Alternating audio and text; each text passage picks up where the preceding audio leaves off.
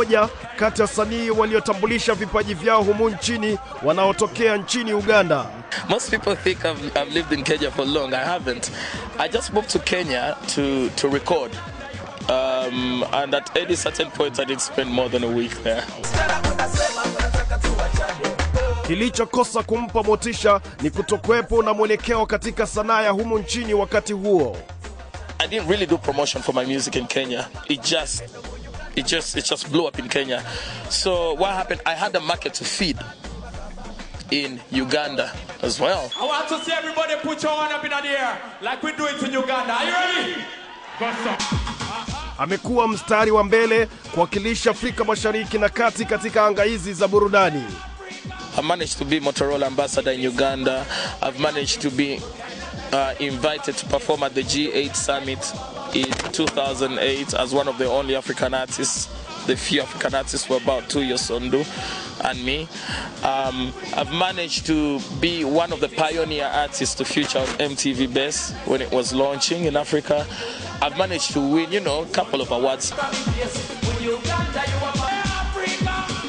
Unapomtaja Peter Miles, lazima awepo mention, lakini inakuwaje mention hasikiki? We still work together, but as artists, sometimes you get to do some solo projects, There are some people who want to hear you as Peter Miles. When Peter Miles comes up and does, and Mention's voice is very distinctive, so every time we work together, bang, I feel the vibe.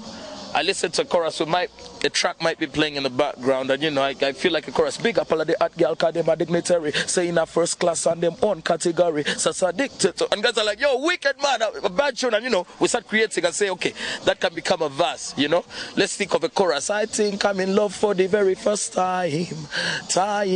When I have a chorus and one verse, that's a full song. It's done. I have many other projects with Mention still. Na sio tabia yake kujihusisha na sakata na malumbano. I was brought up in I would say civilized manner. My definition of music is looking at the young little kids dance to your music, and you're not feeding them with hatred.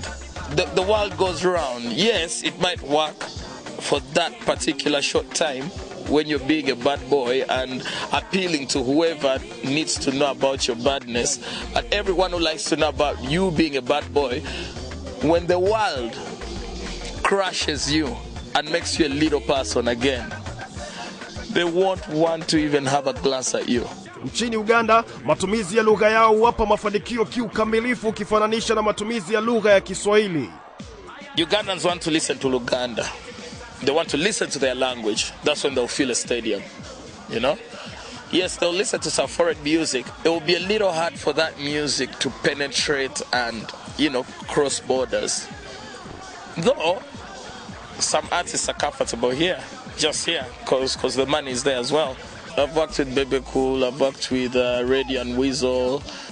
Na pia kumshirikisha msanii toka nchini Jamaica. Internationally, I've worked with General Levy, who's one of the dancehall pioneers. Miles bado anasisitiza kutokuwa na uhusiano wote na Juliana Kanyamozi. Maybe because the people listen to the song. When we do music, we don't do it for ourselves. We do music for the people and anyone who is in the same experience.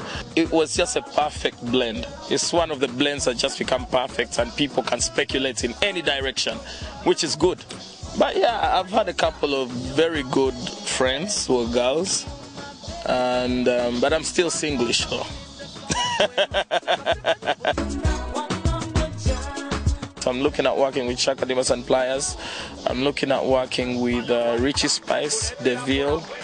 At the moment, I'm promoting my latest single called On Cuba. It's off my local album. Sasa inadhihirika wazi kuwa matumizi ya lugha ya Kiswahili sio njia tu ya kufanikiwa kimziki nchini Uganda. Bwentunula jezi zeva mukwano izo kunemya wangamboja oja sawa yona. Yo, big up, this is the original Peter Miles and you're watching KTN, Cheche Burudani. Big up from Uganda. Peter Adams, Cheche Burudani, KTN leo Jumamosi.